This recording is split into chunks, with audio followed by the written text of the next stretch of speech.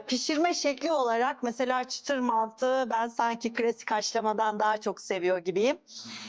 Böyle kızartmaya en çok ne gelir onu düşünerek benim bu konudaki favorim o diyeyim. Çünkü bir şey diyeceğim öbür mantım küsecek bana diyemem öyle bir şey. Çıtır mantı diyelim. Bir bakalım. Çıtır kızartma deyince patates iyidir. Nasıl yapalım böyle standart? Eğer zeytinyağım yoksa mesela sezonun sonuna geldiysem eğer Ordu'dan aspir yağı getiriyorum. Ama bugün kendi bahçemizden mis gibi yeni sezonda geldi.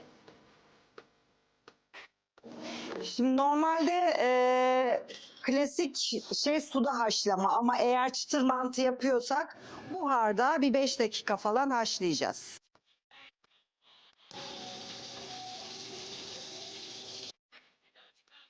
İşte Suzan ablanızın favorisi bu. Afiyet olsun.